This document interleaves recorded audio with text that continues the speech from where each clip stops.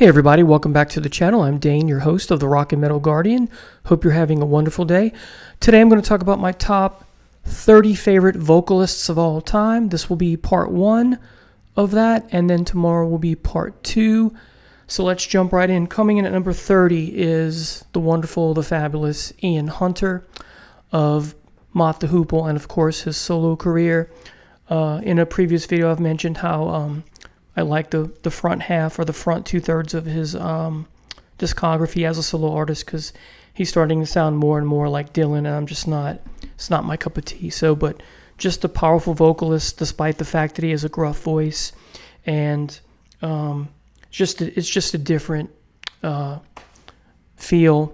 There's almost no one like him. He's unique in so many ways, and early on with Mott the Hoople and early on in his solo career, there's that Jerry Lee Lewis flavor. He doesn't sound exactly like Jerry Lee Lewis. That's more in his piano playing, but he has that flavor, if you will, and I just love that. He brings so many things to the table. He can sing in different ways, despite what we expect of his vocal register, and that is that more gruff, Dylan-esque type,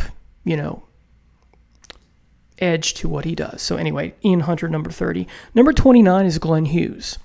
Now, when we talk about Glenn Hughes, when I talk about Glenn Hughes, what I like about Glenn Hughes is not so much what he brought to the table with Deep Purple, but his solo career, some of what he does in Black Country Communion. I'm not a big Joe Bonamassa fan, but I like Glenn Hughes' vocals in that. So I'll listen to that sometimes. I don't own any of that, but I can appreciate it for what it is.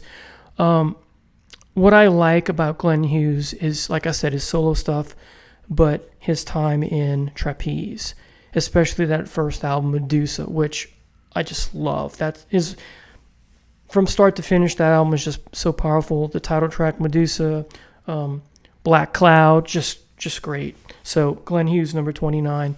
Number 28 is Lynn Turner.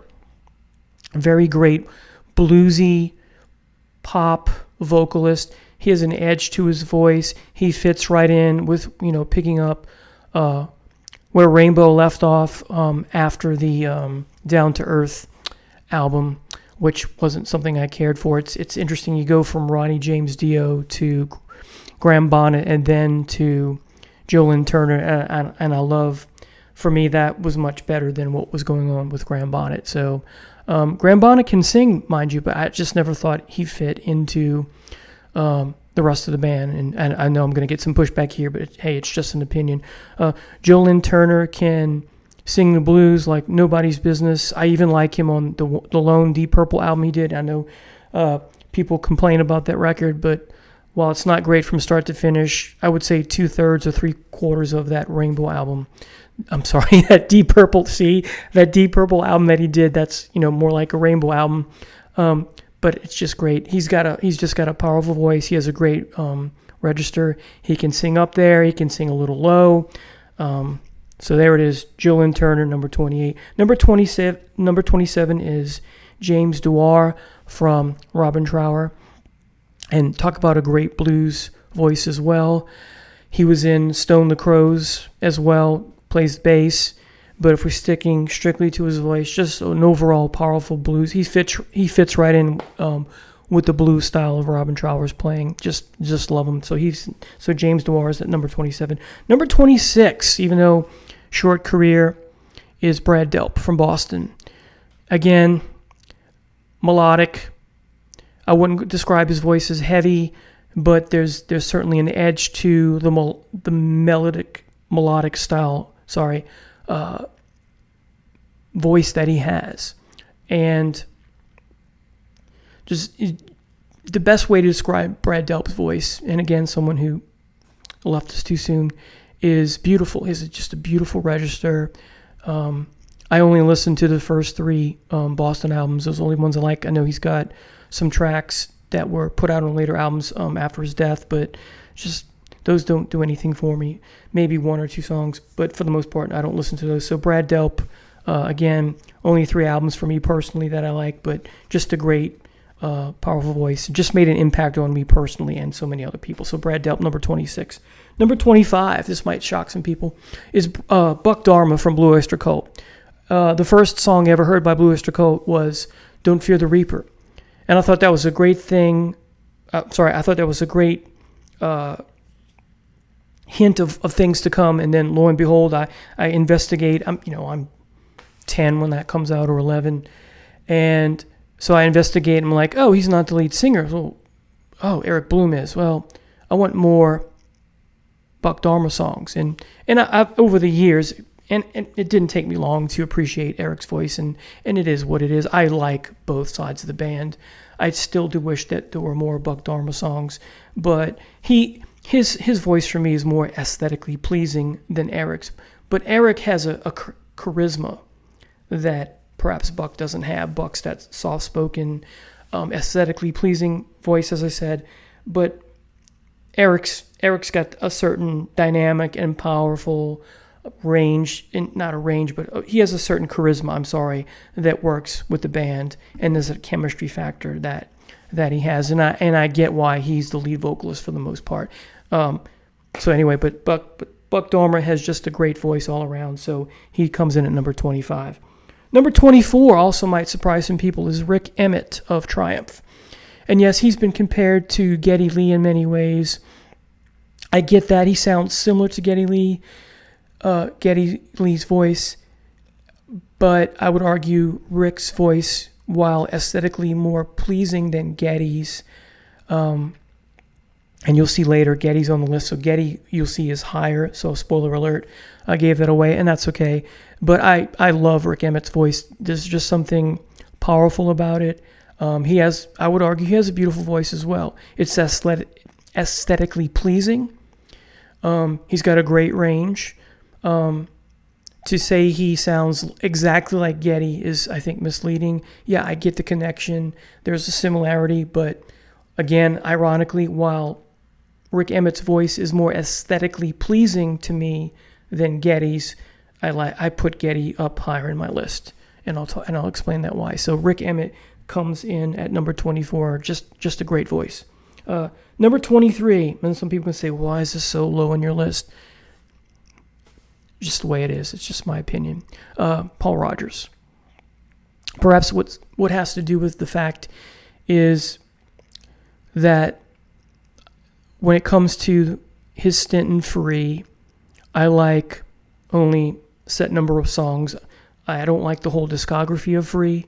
Some of it I don't like at all. I may take an album by Free, and I think the second album, and I might like 4 songs. I like the first album from start to finish. Anyway, so but beside that, Paul Rodgers has an amazing voice. He fits right in with the blues. He has that bluesy, and of course what he does in his stint with Bad Company, up to a point is great. There's some of those later albums. Desolation Angels is great, but there's some later work in that back half of the Bad Company catalog when he's still in the band that doesn't do anything for me. So just some, and then I like The Firm, but I rarely listen to The Firm. So Paul Rodgers, great voice. I didn't like what he did with Queen either. Didn't fit. But I think you have to include Paul Rodgers. For me, I need Paul Rodgers in my life. I love him. He's here on my list. Yeah, he's not as high as he should be. Some of you will argue, but there's just 22 more people that I enjoy more. All right, so Paul Rodgers, number 23. Number 22 is Steve Marriott of Humble Pie, and also had a short solo career. Someone also who left us too early. He has a great, edgy, raspy at times voice that he brings. His voice is what you think of many times when you think of the blues. There are other blues stylings, of course, but he's that live album at the Fillmore, Humble Pie at the Fillmore. Listen to that record. That says it all. His interaction with the crowd, his charisma. He just has a charismatic voice for that style of rock and blues. So Steve Marriott. Number 21 is Peter Gabriel, more of a soft-spoken, lofty. Lofty's not the right word. Ethereal, voice. works so well with what he does with Genesis. So gotta give props to Peter Gabriel. Most of the time when I listen to Genesis, it's that goosebump factor. So I'm including Peter Gabriel here at number 21. Number 20 is John Lawton of Lucifer's Friend and Uriah Heep. Also in the band Asterisk, which is before Lucifer's Friend. And talk about range, very dynamic, very powerful. Can sing in a lower register, can sing in a higher register, and that's what I often look for in a vocalist, someone who can do both. Not always, but John Lawton, I thought he fit in so well with Uriah Heep when I discovered the John Lawton era after David Byron's era. So just powerful, also charismatic. The song "Sympathy" comes to mind when I think of John Lawton. So anyway. And I'm Alive, great song, and of course, the first Lucifer's Friend album, great album from start to finish, very powerful as well and charismatic. So, John Lawton, number 20. Number 19, Klaus Meine or Klaus Main, not sure how to pronounce his last name, of the Scorpions. Yeah, has a little grit to his voice. That German accent works so well. Very texture, has a certain texture to his voice.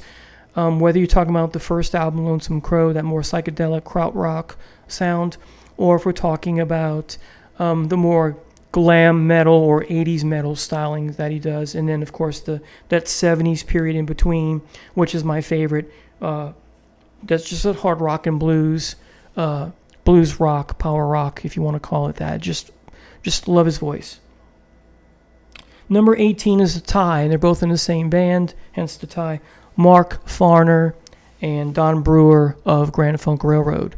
Who knew until we're an American band, that Don Brewer, I think that's the album where he started singing, or at least for me, as a kid, very young, I thought it was Mark Farner still singing, because they're very similar. And when I discovered that was the drummer singing, I was like, wow. In many ways, he has almost a slight edge over Mark, but I'm going to include both of them as a tie because they're just so close. And of course, Mark is the main singer for the most part. And what a great band. Panned by critics, loved by the fans. So Mark Farner, Don Brewer, number 18. Number 17, I'm going to get a lot of pushback for this because he's so low on the list, is Freddie Mercury. Well, when it comes to Queen, here's what I like from Queen. I like the first 3 albums the most, from start to finish. Wonderful albums. When it comes to the next 2, I like half of the tracks on those. Albums like The Game and Jazz, I like maybe a third of what's there. So, and I love News of the World, except for maybe 1 or 2 songs. So, just that's part of the reason why. Yeah, great voice, what he did at Live Aid and all that. It is what it is. I recognize and I respect it as a great voice, but he's not in my top 15. He's in my top 20. So, Freddie Mercury at number 17. Number 16, Steve Perry. One of the most aesthetically pleasing voices of all time. Whether you like the melodic corporate hard rock that he brought to the table, a lot of people don't care for the Trial by Fire album. I wouldn't say it's a great album, but those first 3 or 4 tracks are just so, in my personal estimation, amazing. So Steve Perry coming in. I don't have to say much about Steve Perry, I don't think. He's just a powerful range. He can sing, he can belt. So Steve Perry, 16. Number 15 is Brian Connolly of Sweet. And so I'm going to stop there because I'm almost out of time. And I will pick up tomorrow's video and discuss why Brian Connolly isn't my top 15. So please post in your comments what you like or what you disagree with, why you think a vocalist might be better, and that sort of thing, where they should go on my list. So tomorrow will be my part 2. I appreciate you watching. I hope you have a great day. And don't forget to click the like and subscribe button. Have a great day again. Thanks. Bye.